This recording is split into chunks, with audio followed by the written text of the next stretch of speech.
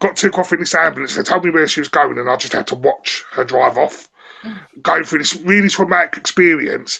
And I just went in my kitchen and I just burst into tears. And the first thing I did was just phone my mum, because what does any young boy want to do? Even though I was like in my 30s, you want your mum, don't you?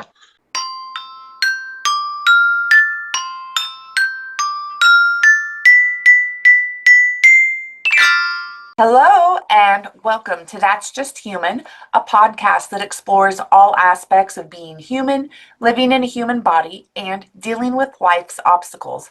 I'm your host, Elisha Light Angel, and by day I'm a massage therapist. Right now I'm a podcaster, but like you, I happen to live in a human body and I have a plethora of human experiences. And this is the space where I like to talk about my own and question other people about their experiences so that we can all navigate life together. Today I have a guest, and if you would like to see our faces, you can pop on over to YouTube to check us out, or just keep listening, whatever floats your boat. And my guest is here to share much more of a personal story. He is Lee Parks, and he has two podcasts out there. One of them is Unfiltered Wrestling Podcast, and the other one is Always Confused, both that you can find on YouTube and TikTok. And this is part of his journey that has led him to where he is today, and then some of the mental health struggles that he's gone through and is navigating in life as they come up. So thank you, Lee, for joining my podcast and being willing to be vulnerable and share parts of your story. Hi, thanks for having me. You're welcome. So you've gone through some traumas in life, and those have impacted some of your mental health. Why don't you start back what you were telling me kind of with childhood, and then we'll just kind of work chronologically on how the different things that you've experienced have affected you. Yeah, so I'm 41 now, so I'm sort of on a journey of self-reflection. So I've had a lot of traumas happen around me, but during the time I haven't realised how much they've impacted me until sort of the last year or so. I've started reflecting a bit more. So it all sort of started back when I was about 9 years old. My mum left the family home in the middle of the night. So her and my dad were going through a divorce. My dad had moved out for a bit. He then came back home as a lodger, and the night before he was due to move back out, we woke up and she was gone. Just a note sort of saying bye. And that was it. There was no contact for 6 months. And it was really hard for me because they'd had an argument in the middle of the night, and we were staying in a room with my dad, and my mum had our room on her own, but she was sitting downstairs, and I checked on her 3 times in the night. And I think the last time I checked on her was about 2:30 in the morning. And I said, why don't you go up to bed? And she went, yeah, we'll do soon. Said goodnight and gave me a kiss. And then we woke up and she was gone. So I've carried a lot of burden thinking, what if I just sat with her? What if I just stayed there? Maybe she wouldn't have gone. So that sort of hit me hard, like especially as a 9-year-old kid. And then, like I said, she went missing for like 6 months. There was no contact. My dad hired a private investigator. They had a joint bank account, so he was putting money in. And one day it was drawn out down one end of the UK, and the next day it was drawn out the other end of the UK. Well, it was, she went off with my stepfather, who was a lorry driver. So they were touring the UK in his lorry while he was working, and that's why the money was being drawn out in different places. I found out... A lolly? Sorry. A truck? A truck. Yeah, okay. A truck. Sorry. No, that's fine. We just have different language, so I wanted to clarify. Apologies, yeah. So, yeah, like he was a truck driver, so that's why they was always on the move. And I found out with my dad that apparently he had to go and identify a few bodies that had been dragged up the River Thames, which is a big river in the UK, because the description the police had for my mum matched these bodies that were pulled out. Obviously, none of them were my mum, but the fact that he had to go through that's quite like shocking to hear. And then just one Wednesday daytime, my nan, like my mum's mum, got a phone call, and she said, I'm phoning again in 3 days. Can you make sure the boys are up here? And then we just started speaking again. And I have got a really good relationship with my mum. She lives probably about 300 miles away at the moment, and we've been for visits, and she used to come down and visit us. So, and as I'm old and have my own family, I sort of understand as parents, we all make choices that we think's right. It's not always right for the child, but you do the best you can. But I can't actually forgive her for the action that she did, because that impacted my life moving forward. And like I said, I haven't realised it till sort of nowish. Wow, that's quite something. So you were in the know as a 9-year-old. What was happening, and like as far as police investigations and how it was being handled? Not then. I found that out sort of in my 20s and stuff with my dad. So my dad tried to keep that from me. My oldest brother, who was 16 at the time, he knew, because he sort of had to step into the mum role. Because my dad was still having to work till like 6, 7 o'clock at night. We were having to take ourselves to school and bring ourselves home, and then he'd have to cook the dinner because my dad was still coming home later. So it's like we had to pull together. And it was really weird because it was me and my 2 other brothers and my dad. So we've gone from a household that had a female influence, because my dad was off working and stuff, so my mum was at home quite a lot, to just a group of lads, in a way, trying to muck in together. So it was a weird experience. It sort of made me grow up a lot quicker, I believe. But then it also gave me a lot of trust issues. My wife had been married for 7. I spent first 8 or 9 years just saying, I'm waiting for you to leave. Because I think to myself, the closest woman to me can walk out on me than anyone can. Yeah, that's absolutely, I can see how that would happen and how much that would impact your ability to trust somebody that you're with. So, has she, like in that relationship, has she helped you navigate this distrust that you're carrying from childhood? She's tried her best, but it's sort of, I'm a very harsh critic on myself. So I've got dyspraxia. I got diagnosed with that when I was like 16. So that's a bit like dyslexia, but I can read okay. But like my writing's like a 5-year-old. My spelling's terrible, which is crazy because I've worked in education for the last 20 years. So I've managed to navigate teaching young people with having my own issue. And part of that is a lack of empathy, for one. And secondly, it's like I can't take compliments well. If someone says something nice to me, I think people are just saying things like it's only words type situation. I don't sort of believe what people are saying to me. And I don't know if part of that's the dyspraxia, part of that's the trust issue I have. I've sort of had to build up a wall to defend myself. So, yeah, so that's, I don't know exactly where that's come from, but she's tried her best and sort of put on the act that I'm believing it, but deep down sometimes it depends what mood I'm in, if that makes sense. Yeah. So you're obviously self-aware that this is something that's impacted you and that you still have patterns that to this day are affecting you. So do you have any kind of tools that you've learned over the years when you feel some of these thoughts start to creep in? Yeah, so I'm actually a level 4 trained counsellor. I had to do that with my job probably about 8 or 9 years ago. So, and this is what makes things a lot struggle when we get into other bits that's happened. You start to understand, right, I know what I'm feeling, I know why I'm feeling it, and I know what I should be doing, but I have that conflict with myself because I'm getting those feelings, I'm giving myself the tools, but it doesn't seem to be helping. So jumping on later, when my wife had a stroke, which we're going to speak about later, I seeked counselling then because I was just angry with the world and thought everything was unfair. And he gave me a really good tool, and I sort of try and live by this tool, and that was just live in the moment.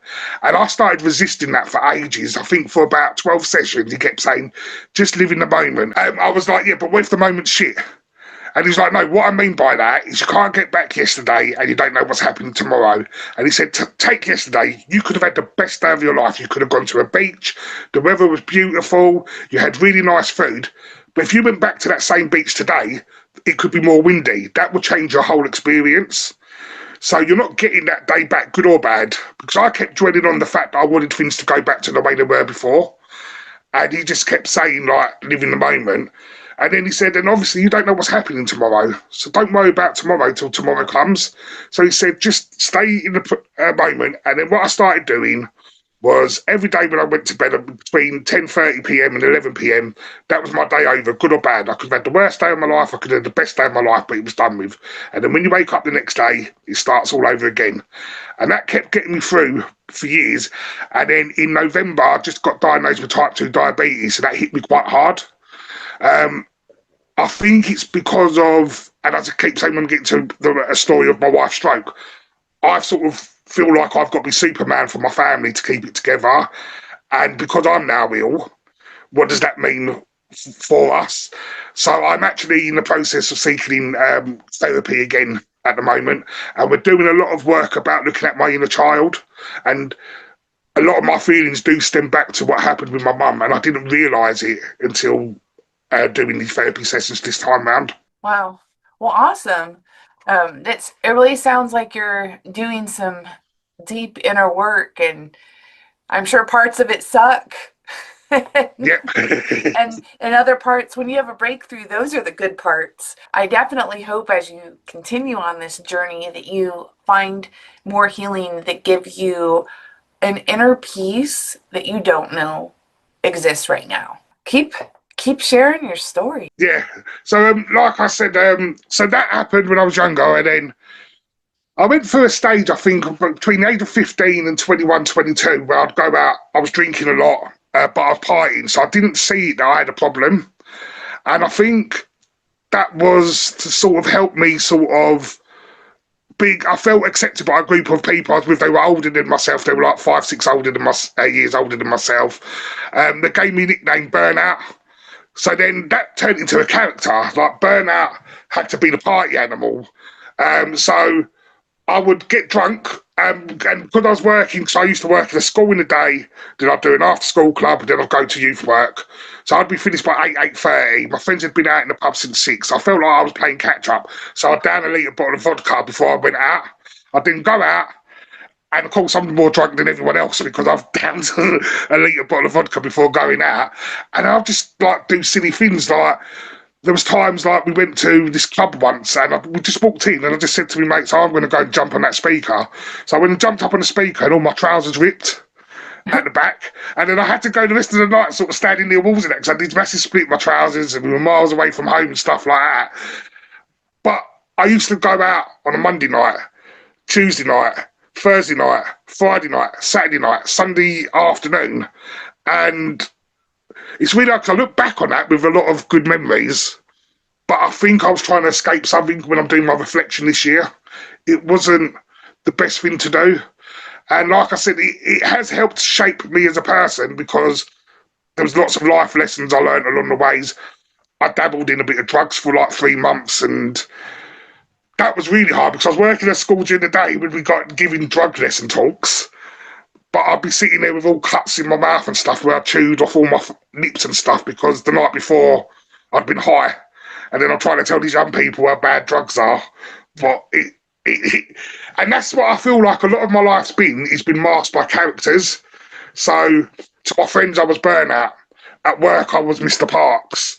To my wife, I'm a husband. To my children, I'm a father. And it's only sort of doing this self-reflection the last 6 months with this counsellor, I'm starting to learn who Lee is. And like you said earlier, it is a bit hard. There's some parts of me I don't actually like. But I didn't know that's what it was because I've been masking my traumas by just carrying on with it. I'd be blocking it out because I'd just be doing what I was doing there and then. And like I said, like the Burnout character, even like me and my wife talk about Burnout now like he was someone else. She even said like the other day, Burnout hadn't been out for a little while. And I'm like, yeah, because that's Burnout's dead now. Stuff like that. So we even talk about that part of me like it is someone else. Do you, is your counselor trained in internal family systems? I'm not too sure. So we've done a lot of work on looking back at the inner child. So we've done 2 exercises where I was asked to close my eyes and picture myself aged 9 when what happened with my mum. And then she was like, I'll tell your younger self it's okay and you're okay now and stuff like that. But it was really weird. So I was getting the feeling that my younger self felt sorry for me. So I think the exercise was to try and tell my younger self everything was okay. But it was like my younger self was trying to look after me. it was the feeling I got off it. And at first, I was a bit like, oh, this is not going to work. She's like, you just shut your eyes, trust me, and all that. And it was really weird because I didn't actually picture myself as being young, and I felt feelings and stuff like that. But yeah, I come out of it, and it was really weird because I felt a bit sorry for myself, but in a good way. Because it was like my younger self was looking out for me, and that felt nice. But I felt bad because my younger self looking out for me. I should be looking out for my younger self, if that makes sense. So Yeah. it's a bit weird to understand, but it's a bit nice at the same time. It's nice being vulnerable, and I think that's something I haven't done for years. It definitely is. I feel like there's a freedom that internally that one can experience, even though it's also scary to be vulnerable. So it's like a both and thing. But going back to the internal family systems is all about having parts and pieces of yourself. So you having these different parts of you, kind of falls into the way that that does, and it looks at like these different parts that exist in each and every one of us. You know, you can look at it as putting on a hat or putting on a different clothing or a different part of your personality, but we all have them. And so then it's either integrating them, or even as you were talking about, there's parts of you that have died, and they just that person's not you anymore, and now the person you are right here right now in this moment is a culmination of all of these experiences. And even going back to your teenage years, you know, you turn to alcoholism subconsciously, probably as a coping mechanism. And it worked for you for a while. Like, you did have all these experiences, they've led to all these things, because at that point in time, there's no way you would have been able to look at what was happening internally. And I think that's just kind of part of life and part of our journeys. We go through these different things in our human experience and our evolution of who we are. And it's those really hard times that give us that perspective, that contrasting perspective, to learn something from it and then move and carry that forward as we become the next version of ourselves. Yeah, and also I think it's like you don't realise at the time because, like you said, being a teenager, you're not mature emotionally to understand what's happening. And as I said, I look back now, and at the time it wasn't. It probably was the drinking for me, but I didn't see it like that. I justified it by I was going out to meet friends, or I'm going out, we're having a good time, and this is fun, and I'm working, so why can't I go and spend my money like this? Like, I sit back now and wish I never spent my money like that. But at the time, and don't get me wrong, like I said, the group of people I'm with, it's really weird as well, because at the time as well, you think, this is it, this is my friends forever, this is like my family. And now, don't get none of us have fallen out, whatever, but all our lives have moved on. We're just acquaintances. We might just say hi to each other on Facebook and all that. And these were people that I spent like 5-6 hours a night with. And it's really weird how your life develops. And like I said, there's no falling out, there's no ill will. It's just we've all sort of grown up and then gone on in separate directions with our life. And then I look back and think, like, at the time, you thought these people were like, this was your life forever. Yeah, I can relate to that several times, thinking, oh, yeah, this will be this way. And then it's not. And so now I'm at the point where I'm like, well, things are going to change eventually. I don't know when, I don't know why, I don't know how, but it will, because change is the only constant. So, as you move out of this phase of your life and you carry on. Oh yeah, so my apologies. My father met my stepmom, and she brought along with her my stepsister and my stepbrother. And it was weird at first, but it was fine because of, even though what happened with my mum, I love my mum to bits. I remember once, like, I think within the first year, I was probably about 10 or 11, my dad gave me a Mother's Day card to sign for my stepmum. They were going out at the time, they weren't married at the time. And I was like, no, I'm not doing it. And he was like, why? It's Mother's Day. So I was like, yeah, but she's not my mum. And he was like, no, you write this card now, and I remember just bursting into tears, and I'm writing this Mother's Day card, crying my eyes out, because I'm writing Happy Mother's Day to a woman that wasn't my mum at that time. So I still had that love for my mum, even though she did what she did. And like, don't get me wrong now, like, I love my stepmum to bits. Like, the best thing that could happen for our family is what happened in a way. Not the way it happened, but my mum's so much happier now with my stepdad. My dad's so much happier with my stepmum. And it's better being in that environment than being in a house where you've got two parents that don't love each other anymore and they're sort of just trying to keep it together because they've got children. And that doesn't work because it just makes the household feel miserable. So it was the best thing to happen. It's just the way things happened weren't great. But anyway, so I had this stepbrother, and to me, like, as a kid, he was funny, he was fantastic, he was a little bit older than me, and he was sort of our area where we grew up. It was rough, but it weren't, if you know what I mean. Like, if you kept yourself to yourself, you were fine, but drugs were easily available. Like, we lived 2 doors down from a drug dealer. Like, it was always about and stuff like that.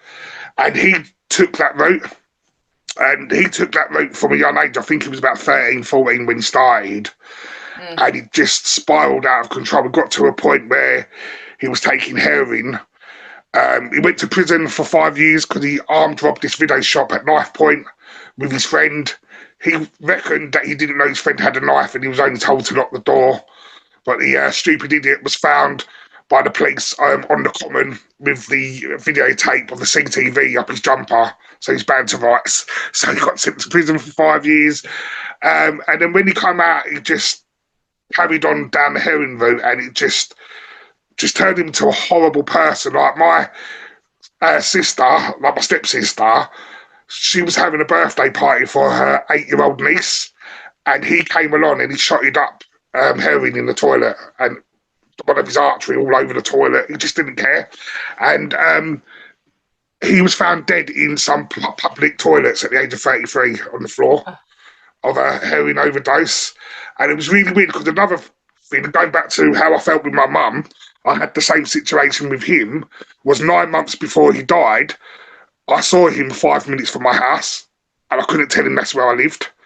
So I see him, and like, when we was growing up, he was all prim and proper. He would have all the designer gear, he would get his hair cut every 2 weeks and stuff like that. When I saw him, he was on his crutches because he had a triple heart bypass at the age of 27 because of the drugs. Long hair, all scruffy and beardy. And then he's like, "Oh, what you doing around here?" And I was like, "Oh, I'm just visiting a friend." So I couldn't tell him I only lived there because I had my children at home and I had my wife at home, and I was worried that if he knew where I lived, he'd come and burgle me or something. So I went off, I bought him some groceries, bought him some cigarettes, gave him a £5 and said, "Yeah, I'll see you later." And then when I found out he'd died, I then had that thought go through my head, but what if I took him in that day? Could I have done something different? Could I have changed his course? So going back to that feeling I had with my mum of what if I'd sat up with her, I sort of had that same feeling with him. What if I took him home? So then I went through a stage of thinking to myself, is it my fault? Could I have done something? And loads of people have told me, no, you couldn't have, but I still had those feelings going through my head at the time. Yeah, I mean, it's one thing to say something and a completely different thing to be experiencing it. Kind of similar to something's easier said than done. It's easy to say that you should just not think those thoughts, but that doesn't mean that that doesn't still exist inside of you. It's something that you have to grapple with and work through over time and keep spiraling back around to the same issue until that spiral becomes, to that little point or non-existent. It just changes every time you come back to it. Yeah, and it's really weird because, like I said, growing up, because I was younger, I had no bad experience with him himself. Like, I've heard horrible stories about him. So my dad and my stepmom had another child, so my half-brother, so my little brother, and I heard stories that my stepbrother locked himself in the bedroom with my little brother when he was a baby, and he was saying to my stepmom, "Pass me money under the door before I hurt him." And she was sitting there having to slide £20 notes under. But I never saw none of that because when I was younger and was growing up, he was the older brother that I knew he was a bit edgy because I knew he was smoking weed and stuff, and he was the one that, if you've got any problems, like, just let me know. I never went to that because I always think, when people go, oh, if you've got any problems with anyone, just let me know and we'll sort it out. That still doesn't stop you getting a hiding there and then. So there's no point going, oh, do you know who I know and stuff like that, because it's pointless. But because I was his brother, sort of people, the dodgy people in the area would be like, oh, he's all right because that's so-and-so's brother. So I sort of was a little bit protected like that. And the only time I really got annoyed with him, it's so stupid, was one Christmas I really wanted this mountain bike, and he wanted one too. So my dad and my stepmom had told him that I was getting the bike. They could only afford one bike, they told us. And then they told me that he was getting the bike. So we both felt a little bit resentment towards each other because we thought this is only one bike. And on Christmas Day, we both got a bike each. And then one day I come home from school and my bike was all bent up, and I was like, oh, what happened? And he come down and said, I'm really sorry, I borrowed your bike, and then the local drug dealer he owed money to swiped him off the bike and picked him up and threw it at him. So it bent all my bike up. And that was the only time I sort of got annoyed by him. But other than that, he was really good to me. But then, like I said, I just told that story about my little brother. I've also found out from my dad that we had drug dealers knocking the door on a Friday night saying, oh, your son owes us £500, or pay now or we're going to burn the house down with you and the kids in it. So he'd be giving out money, and then I'd go to him and, Dad, can I get a pair of trainers? And he'd be like, I used to do weekend jobs for my nan in like golf courses and kitchens in pubs and stuff. So I was earning a little bit of money, and he'd be like, oh, you've got your wages, you go and buy them. And that caused a little resentment between me and my dad, because I'm thinking, like, you're working, you've got money, why can't you buy me these trainers, or why have I got to pay for it? And again, it went until older life that I found out, well, we didn't really have any money because he's paying off all these drug dealers to protect us from stuff happening to the house while he was in it. So, again, and it all goes back to understanding what situations are happening, but it doesn't take away your feelings. Like, I feel resentment to those situations, even though I understand these situations. I feel a bit resentment towards my mum, even though I understand her situation.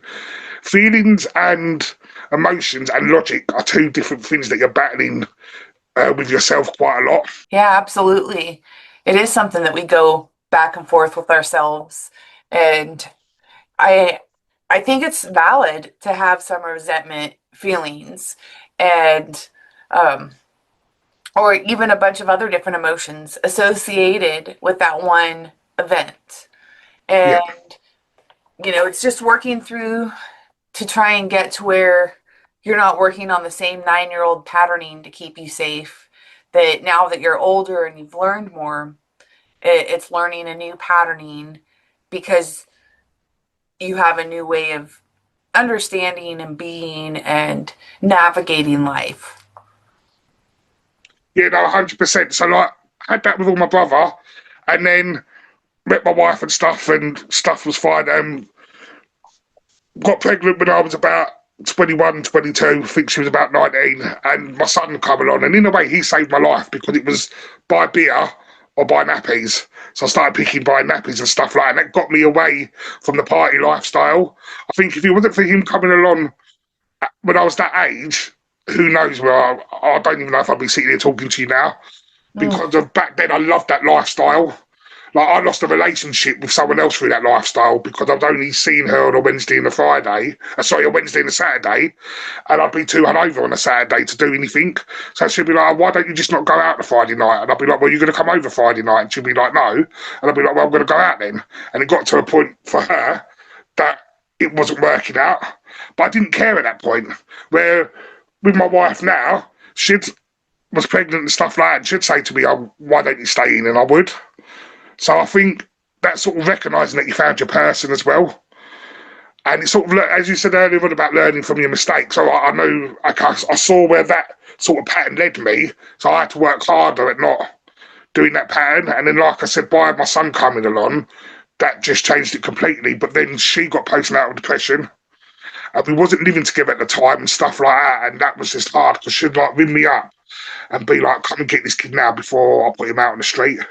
And I'm sitting there thinking, how can you say that? That's our son. And at the time, I'm obviously like 21, 22, and didn't recognise postnatal depression as how bad of an illness it actually is. Someone.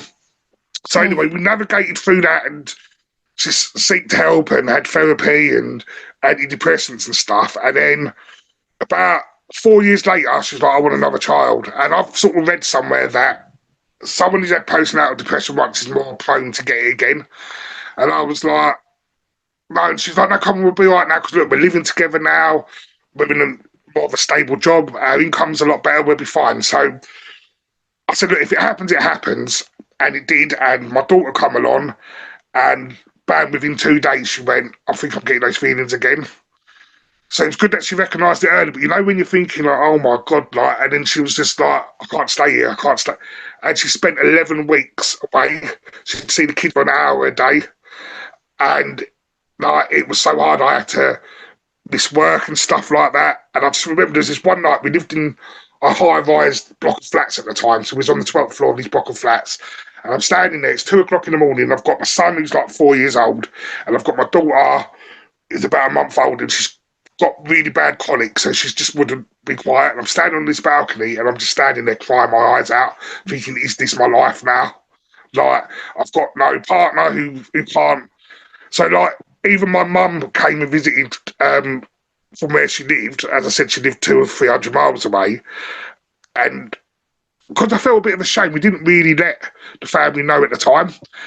And I said to my wife, like, my mum's coming, do you think you can cope through the weekend? She'd be like, yeah, I'm fine. Within 2 hours, she was like, pulled me in the kitchen, was like, you've got to make an excuse for me to go. I've got to get out of here. I can't stay around these kids. Like, so that was like really so hard. And then again, like, I recognise it's an illness, but when you think back about it, it goes back to them emotions. And when I think about it, those emotions are still there of like, how could you do that to your children? You're like the woman I love as well, and you sort of, and even now I think she's living with the regret.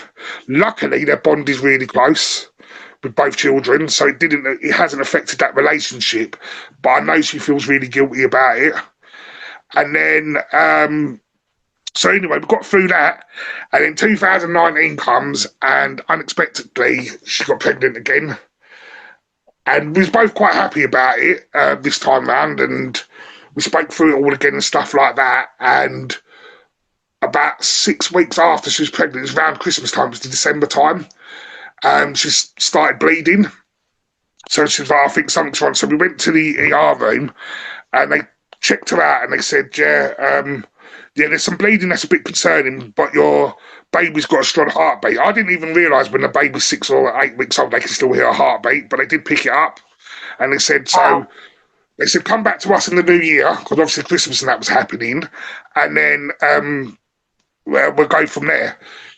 So that was around like the 18th of December. We got through Christmas and stuff like that, and on the 28th of December, she miscarried. Like, so she miscarried the fetus, and we had to go back to the hospital, and it was just horrible because they had us in this ER room for 7 or 8 hours before she could see a doctor, and it was only a local doctor, and he said, you're gonna, yeah, you've more than likely miscarried, but you're gonna have to come back on the 1st of January so the maternity doctors can confirm.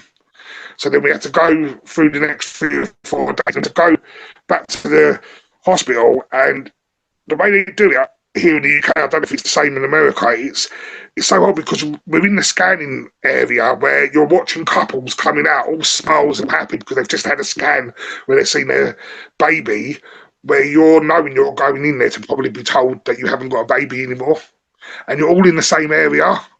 And it's just so like, again, you're going back and you're looking at these people and you feel like in your head, oh, you're so lucky, like, and it's their special day and you're just feeling all that resentment inside. And then obviously we went in and then they confirmed, yeah, there was no baby no more and stuff like that. And then that hit us very hard because throughout everything that's happened, I sort of lock it away. It happens, move on. She wants to speak about the loss a lot. And I didn't want to, so it was causing a lot of conflict in the house. And we'd go nights and stuff, and we wouldn't even speak to each other. Like, it was really weird. It was like we was in the same house, but it was 2 strangers living together. And then I just got to a point where I said, "Look, this can't keep going on like this. Why don't you write down how you feel, or write a letter, I call him Angel Baby. We don't know if it was a boy or girl. I said it was going to be a boy, so I called him Angel Baby. And I said, when I'm ready, I will go back and read it, and in that way you feel like you spoke about it because you wrote it down, and then I can deal with it when I'm ready. And we did that, and that seemed to help a lot. And that's how we got through that situation, because it's like a male reaction instinct. You want to go back into your cave, so you just like, you try to ignore it. It hasn't happened. Like, I don't want to speak about it. I'm just moving on with my life.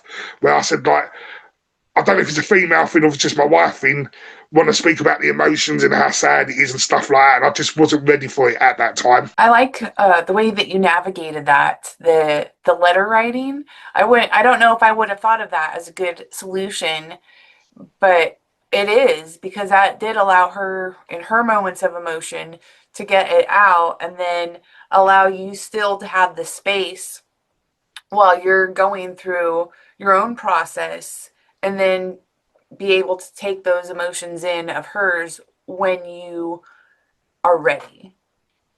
Yeah, and I sort of linked that through to, obviously, doing the counselling course and that. Journaling's quite a big tool that's offered out to people. Write down how you feel so you can get it out and stuff like that. So I thought, instead of her just journaling her thoughts, she journaled to Angel Baby, or write down how she feels. And she's wrote some really lovely letters to Angel Baby and stuff like that. And that's where I sort of got that idea from. So then, like I said, we navigated that, and then in 2020, it was the October, and luckily we was on half term, so we was on school break, because I was washing up one morning, it was about 8:30 in the morning, and I just heard a babe help. And as I got to the bottom of our stairs, if you look up, our bathroom's to the right and my son's room's ahead, and then we've got 3 steps that lead up to the other bedrooms. And she was on the floor outside the bathroom. And I thought she tripped over. And we're quite a jokey couple, so I was like, oh, what are you doing on the floor, you donut? And she was just like, well, go away. But the whole of her face had dropped. And I remember an advert in the UK from when I was younger about stroke. It was called Face. And it was like, I can't remember what the acronyms mean, but it spelled out face. And it just reminded me of that. So I quickly shouted to my son. I was like, oh, can you get the phone? So I run an ambulance, and they were like, can you get her to say bees, butterflies, all these B words? And as she was trying to say it, she just couldn't move her mouth properly. So I was like, no. And they were like, okay, we're sending someone now. And my daughter was 9 at the time, and I thought, oh, this is quite a traumatic event, because, like, obviously they're both home, and I didn't want her to see much. So I just said to her, well, right, you go and stand outside and wait for the ambulance so you can wave it in, because I didn't want her to see what's going on, because my wife's arm was sort of like a claw like that, and one of her left back leg was sort of around her back, and we couldn't move it. And then it was, we laugh about that because it's funny, at the time she's sitting there and she's like, I need to go to the toilet. And I was like, no, just wait there. She's like, no, I really need to go to the toilet. So I've had to scoop her up and lift her onto the toilet while she's having a stroke. And then because apparently what happens is when you have a stroke, all your body functions feel like they want to open. So your body doesn't know what's going on. So she felt like she was desperate for the toilet, but to protect itself, it closes up at the same time. So she couldn't go, and she'd just go, near, you're pressurising me, because she doesn't realise what's going on at the moment. She was like, take me back to bed. I was like, no, I think it's just safer if we just sit you on the floor. She wasn't even aware the ambulance was coming. Because she'd just woken up, she had nothing on her top. So I went and got a T-shirt, and as I put her arm through, she was like, yeah, what about my arm? I was like, yeah, I put it. And then she was like, yeah, but what about my arm? That's all she kept saying. She hadn't even realised I'd put her arm through the T-shirt. So anyway, the ambulance people come, and because it was COVID time, we weren't allowed to go. So, like, she literally took off in this ambulance. They told me where she was going, and I just had to watch her drive off, going through this really traumatic experience. And I look back now and obviously think, at the time, I thought, it's great that we're at home. It weren't for my children, it weren't for myself, because if it was a week earlier or a week later, I would have been at work, my kids would have been at school, she'd have been here on her own and probably died. So in a way it was fortunate, but at the same point it weren't, because it's just turned our lives upside down. So like I said, they drove her off, and I just went in my kitchen and I just burst into tears. And the first thing I did was just phone my mum, because what does any young boy want to do? Even though I was like in my 30s, you want your mum, don't you? So I was just crying my eyes out to my mum and explaining what happened, and she went, look, you've got to worry about the children at the moment. So do yourself, just go off to a cafe or something and try and take their minds off it. So we went off up to our local Costas, and this was one of the most heartbreaking conversations I ever had. My daughter at 9 years old looked at me and went, "Dad, is Mum going to die?" And I had to look at her and go, "I don't know." And that just broke my heart, like. And then, so that happened on the Monday, and then on the Wednesday, she got diagnosed with heart failure, and only 10% of her heart was working. And that's why I think she had the miscarriage. So that's why I call our baby Angel Baby, because they've said now since her heart's too weak for us to have children, so we can never have another child. And obviously, heart failure doesn't come on overnight, so it comes on over years, really. So I believe that was our baby, and I'm not a religious person, but I still believe that was our baby sort of going so it could save its mum. So that's why I call him our Angel Baby. And then on the Friday, she got diagnosed with type 2 diabetes. Wasn't diabetic before the incident. She stayed in hospital for 2 months. Come home, she's got no feeling in the left side of her body at all. And what it turns out is we're all born with a hole in our heart, and for 25% of us, it doesn't close. But it doesn't usually matter. And what it turns out has happened is she obviously went into heart failure, so clots formed in the heart. As it got pushed through, it's fallen out the hole and then hit the brain, causing the stroke. But again, there was no signs of any of this before this happened. So since then, she's had the hole in the heart closed. She's got like a metal mesh put over her heart. But a year after this happened, she then got diagnosed with epilepsy. So she's epileptic as well. And she come home and like her personality's a bit different because it affected the frontal lobe. That's your personality and that's your emotions. So she's a lot shorter now with her attitude. Like, I remember once she was trying to put a shoe on, and because she can't feel it on her left foot, she got really annoyed and just come flying past my head. She just threw the shoe in anger. She also suffers really bad with fatigue. Like, she can sleep 7-8 hours a day, but it's in blocks. So she'll be up for like an hour and a half, then she can sleep for 3 hours, up for another hour and a half, sleep for 4 hours. Like, so it's very hard for me to plan our day. And that's sort of why I got into podcasting. Like I said, as well, I saw a counsellor at the time because I was angry with the situation, because I always see it as you're grieving the person that you've lost because she's got different personality, and I've sort of become husband, carer, best friend all at once, whilst trying to learn to fall in love with a new person while you've still got the face of that person. So that's why it really mucked up with my head, and I went through a stage of thinking, getting a bit selfishly, this hasn't happened to me, so have I got to part with this for the rest of my life? Why should I be here? And I think there was like 6 or 7 times I wanted to pack my bags and go. And again, that's why I sought the help of counselling. And then that's when he said, sort of find something else to do. And like I mentioned before, I used to be quite a social person, out all the time and stuff like that. And I thought, no, right, well, there's YouTube, there's TikTok, well, I'm going to start podcasting. So I set up a channel called the Non-Identity Podcast, and it was just kind of what you're doing now. Real lives, real stories, real people. Done that for a while, then a friend of mine who was a guest on there, he was like, I quite like this social media stuff, can we do something together? So we set up a boxing channel. I'm not a big boxing fan, I'm just a casual fan. He was like, got to semi-pro, so he was like the Anistis guy, and I would just speak about it as a casual fan.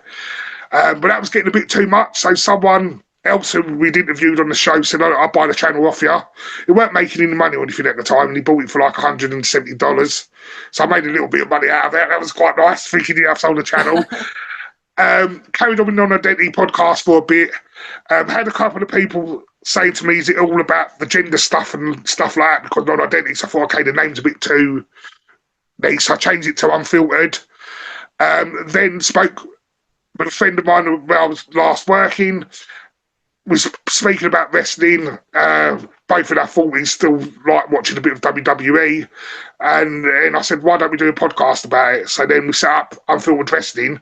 And what I noticed, which is a big mistake if anyone's social media, is don't change your niche on the one channel. Because it affects, I spent like nearly 2 years building up like an interview channel. Then it's changed to wrestling, and the algorithm's still catching up with it.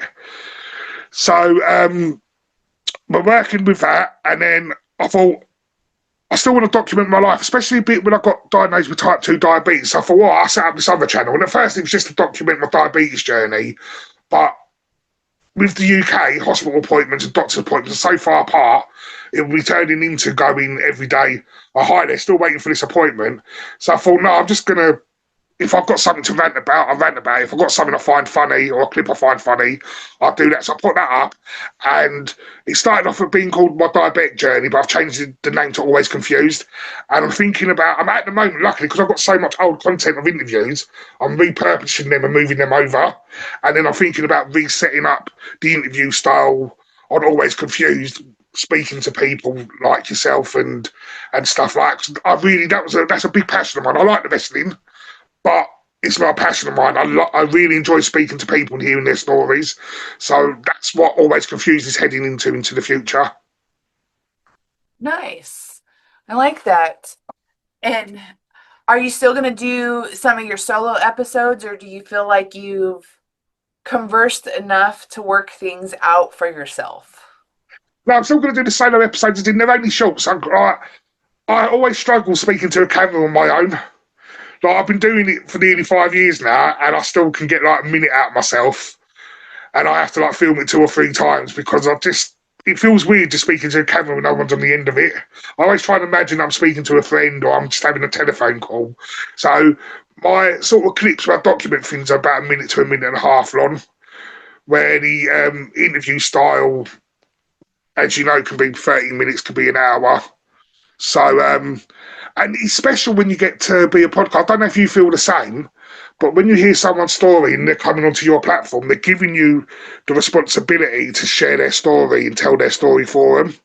Because you're the producer, you're the editor, you're the host. And I felt a bit of pressure, but I also feel honoured at the same time. I don't know if you get that same feeling, because you're being trusted with someone's story. I'll speak to both the solo thing and the interviewing because I can relate to both. And I find it harder to just blab at a camera. Some people find it very natural. They just have a lot to say.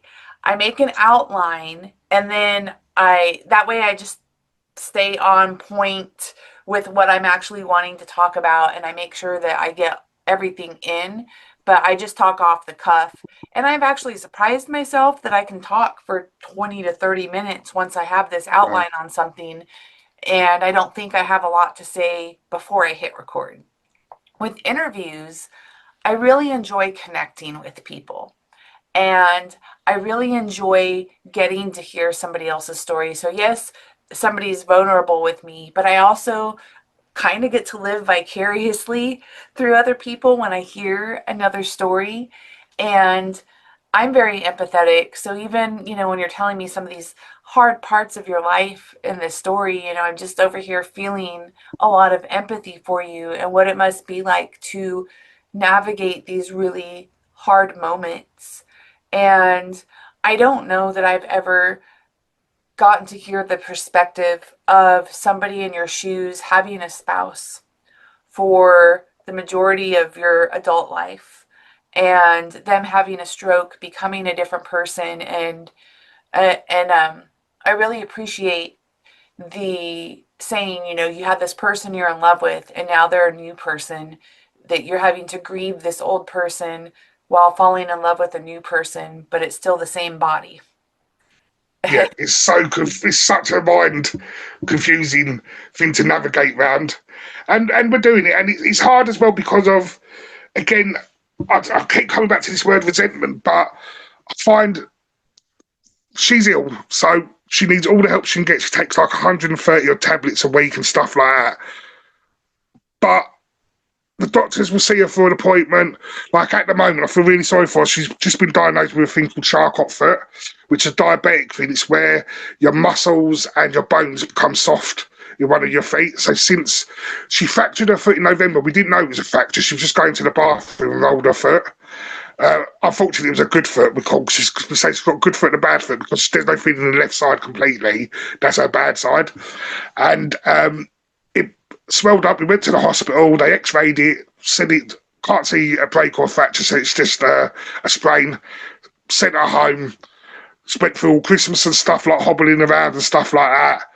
Got a follow-up appointment in February. He said, yeah, it still looks like a sprain, but come see us again in March. Went back in March, see a different doctor, and he was like, oh no, it was fractured. He was like, what, she's been walking around for the last 5 months on a fractured foot. And then when you've got this thing called Charcot foot. So she now has to wear a boot and she's got 2 crutches.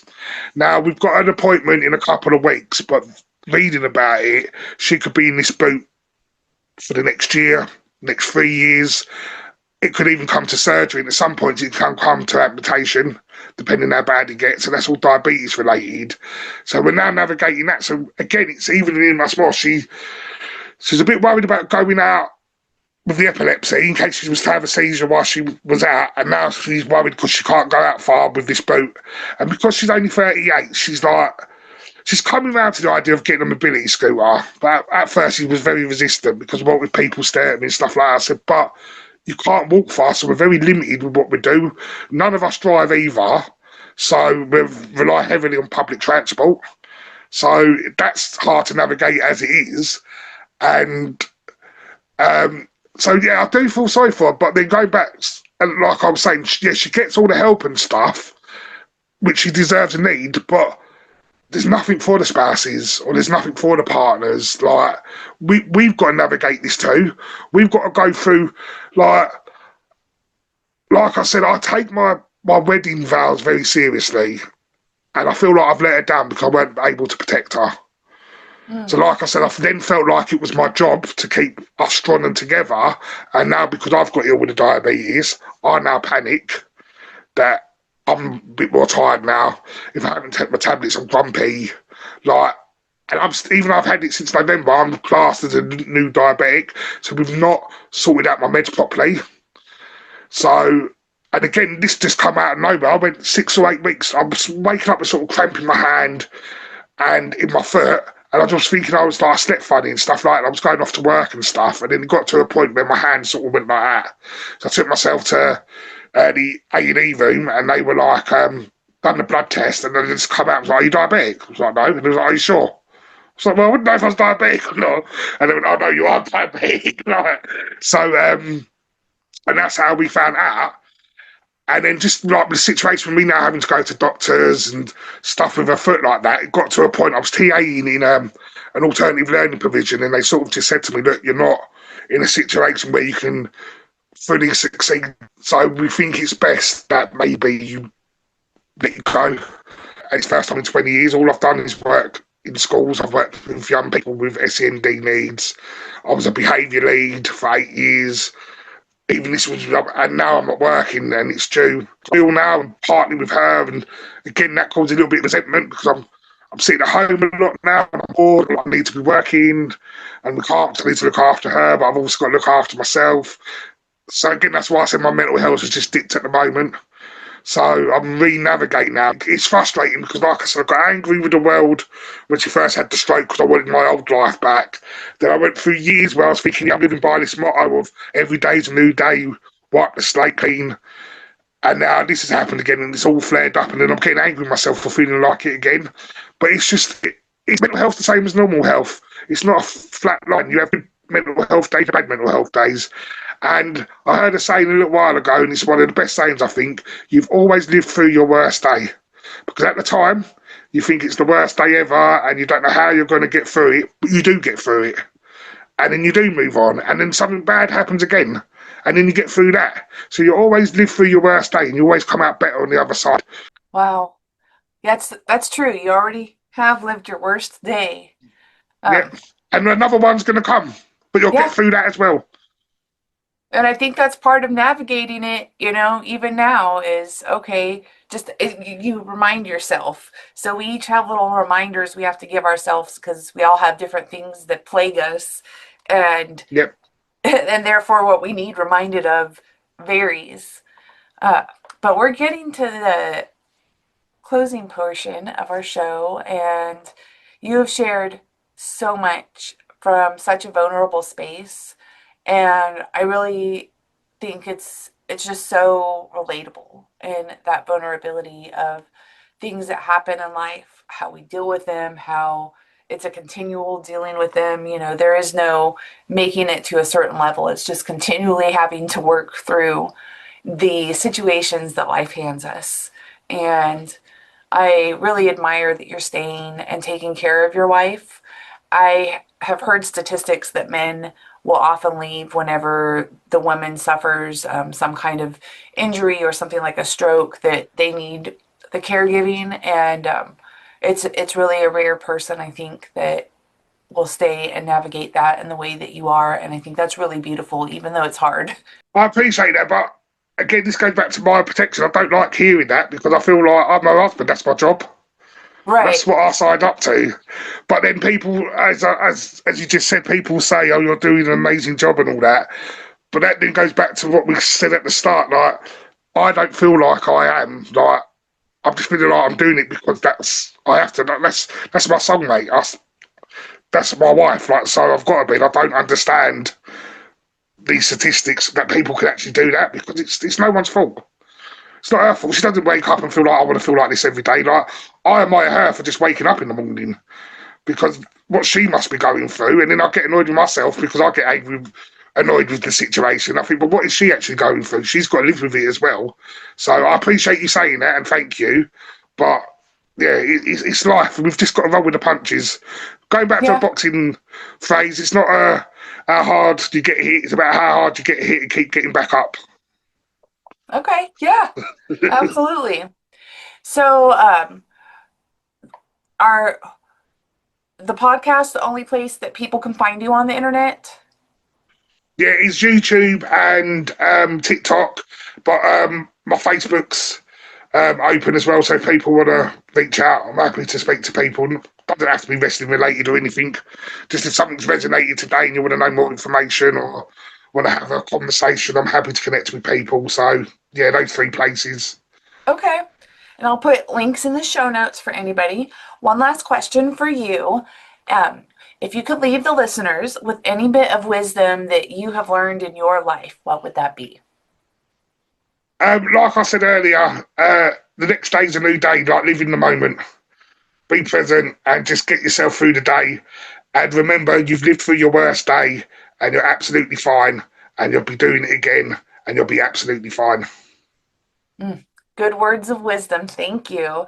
Thank you so much for coming on the podcast. Thank you. It's been really fun. Yay. If this episode resonated with you and you think somebody needs to hear it, please feel free to share. Go on and give me some 5 stars on Spotify and Apple iTunes. And as you embrace your humanness, be kind, be you, and remember, everything is part of the journey.